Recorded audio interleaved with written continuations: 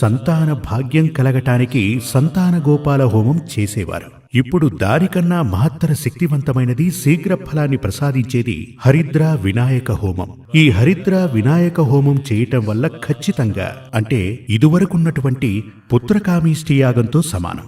ఆ మంత్రాలే ఇందులోనూ ఉన్నాయి. అది చేయటం ద్వారా సంతాన యోగం మనకు గనక ఉండి ఉంటే, కానీ కొన్ని సమస్యలు, పూర్వజన్మ పాపదోషాల ద్వారా కొన్ని సమస్యలు వచ్చి దానివల్ల సంతాన యోగం మనకు లేదు అంటే గనక ఖచ్చితంగా మనకు పిల్లలు పుడతారు. ఆ దోష పరిహారం చేసి, అంటే పూర్వజన్మ పాపదోష పరిహారం ముందుగా తొలగించవలసి ఉంటుంది. దానికి సహస్ర విరాజిత యాగం చేయాలి.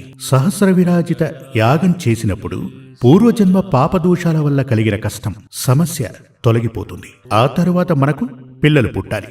అందుకుగాను హరిద్ర వినాయక హోమం చేయాల్సి ఉంటుంది. కానీ ఇదంతా చెయ్యాలి అంటే ముందుగా జాతకాన్ని చూసి ఓకే అనుకున్న తర్వాత